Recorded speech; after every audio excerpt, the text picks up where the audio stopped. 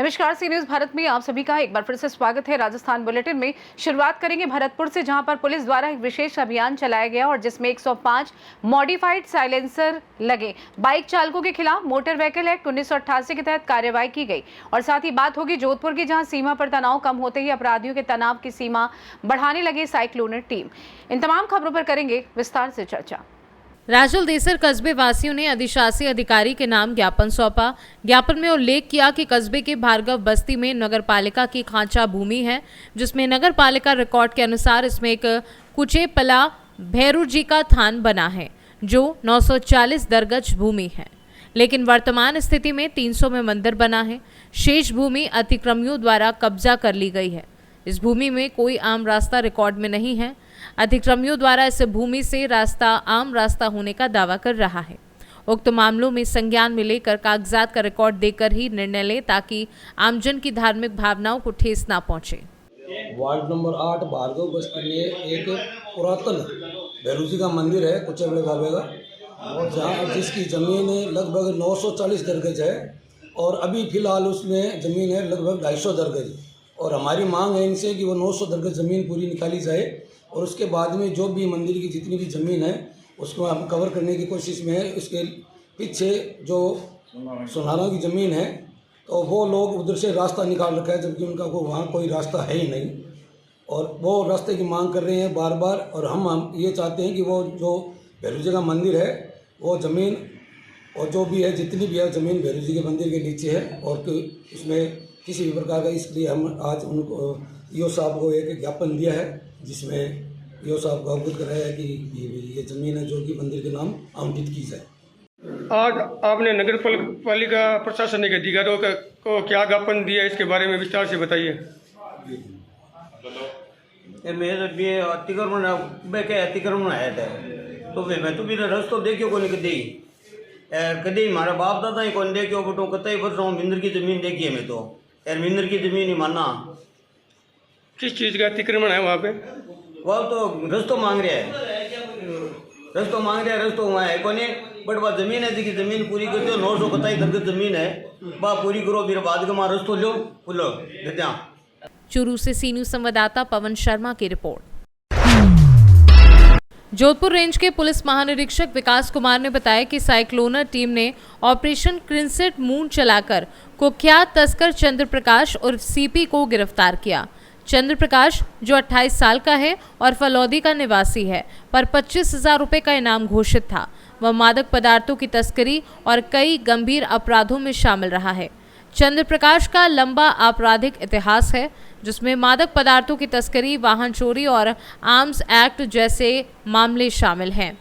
Operation का नाम उसके जीवन के उतार चढ़ाव को ध्यान में रखते हुए क्रिंसेट मून रखा गया, क्योंकि उसकी जिंदगी चंद्रमा की कलाओं की तरह थी। चंद्र प्रकाश को पकड़ने के लिए पुलिस ने लंबे समय तक मेहनत की और आखिरकार उसे जोधपुर में गिरफ्तार किया। अब उसके काले कारनामों का हिसाब लिया जाएगा। सीमा पर तनाव कम होते ही अपराधियों के तनाव की सीमा बढ़ाने लगी है अब जोधपुर रेंज की साइक्लोनर टीम। देश के दुश्मनों के साथ, देश के बाहरी दुश्मनों के साथ सीमा पर तो युद्ध विराम हो गया और देश के आंतरिक दुश्मनों के साथ युद्ध का पुनः सूत्रपात किया है साइक्लोनर टीम ने। और उसी की अगली कड़ी के रूप में ऑपरेशन क्रिसेंट मून चलाकर नशे की दुनिया के कुख्यात वांछित अपराधी, 13 वर्षों से इसके स्वयंभू सरगना रहे चंद्र प्रकाश उर्फ सीपी, पुत्र श्री मनोहर लाल, जो कि मतोड़ा हलोदी का निवासी है, पिछले लगभग 12-13 वर्षों से निर्बाध तरीके से नशे की दुनिया का सरगना बन बैठा था। उसकी गिरेबान तक हाथ डालने में, उसको धर दबोचने में साइक्लोनर टीम को एक शानदार सफलता मिली है कल शाम। इस अपराधी पर 25,000 रुपये का इनाम घोषित था इसकी गिरफ्तारी पर। करीब 6 महीने पहले झारखंड से लाया जा रहा 5 क्विंटल गांजे की एक बड़ी खेप थी, जिसकी आपूर्ति पंजाब और हरियाणा तक होनी थी 9 वर्ष पर। उसका यह मुख्य सूत्रधार था और उसी समय से यह भूमिगत चल रहा था। दर्जनों मुकदमे दर्ज हैं इस अपराधी पर मादक द्रव्यों की तस्करी, वाहन चोरी, आर्म्स एक्ट, जानलेवा हमला, कम से कम राजस्थान के 6 जिलों में इसके खिलाफ मुकदमे दर्ज हैं।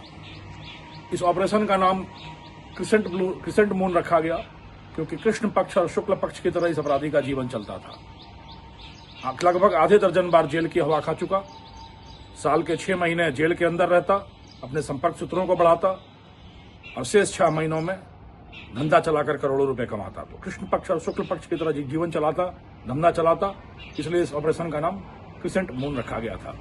एक बड़ी विडंबना यह है कि शक्ति फिल्म के दिलीप कुमार और अमिताभ बच्चन की कहानी इसके जीवन में दोहराई गई।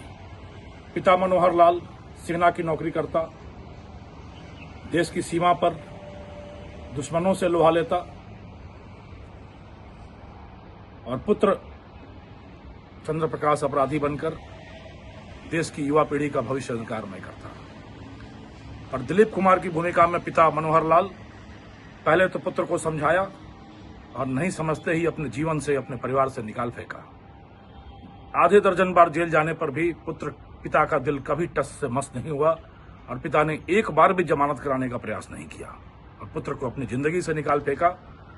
पिता अनुशासित, देशभक्त और पुत्र दुस्साहसी, महत्वाकांक्षी और अपराधी।